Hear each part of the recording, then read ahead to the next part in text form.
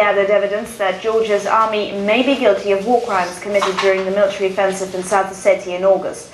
It's 2 months since the war ended, and Britain's major news channel is now telling the stories that RT correspondents were covering during the conflict. RT's Daria Pushkova reports.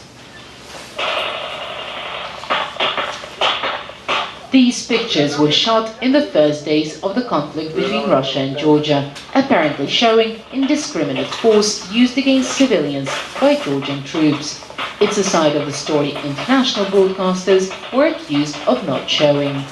I think that the main reason was that there were so many preconceptions about what had happened that nobody really registered that there was another side to this.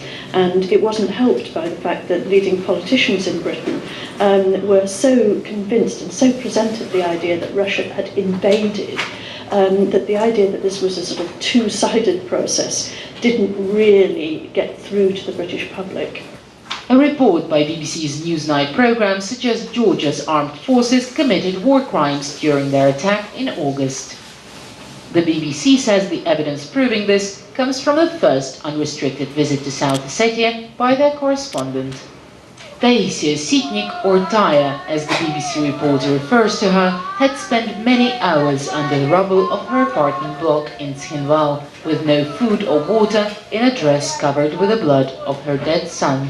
She had already shared her tragic story once with an RT correspondent 3 days into the conflict. Over 2 months later, the BBC is now finally telling her story.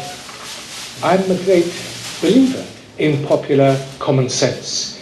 The amount of emails I received and other messages, because people know that I'm involved with these sort of questions, was astonishing. And the overwhelming message was disgust at the initial coverage by the BBC. It later did an excellent job, but at the beginning, and in particular also CNN. Up until recently, Georgia has been seen by many as a small state that suffered at the hands of its big neighbor. But that perception is slowly changing. Georgia's president, who has been positioning himself as the West's closest ally, has now to defend himself. We strongly deny the accusation of war crimes. But of course, we are very open for any kind of comments. We are very open for any kind of investigation. Even Britain's Foreign Secretary, known for his unconditional support of Georgia, is now changing his tune.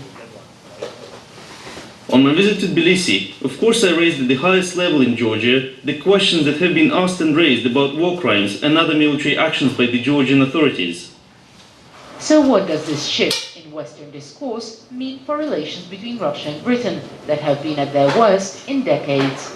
I think there has been a shift in the British government position on Russia in the last month or so, and some of David Miliband's recent statements reflect that. Here in Britain, the shift in the assessment of the Russo-Georgian conflict is obvious. The question is whether this change of mood will open a new page in the relations between Russia and Britain, and what consequences it will have in practice, if any. Daria Pushkova, RT, London. Fred Weir from the Christian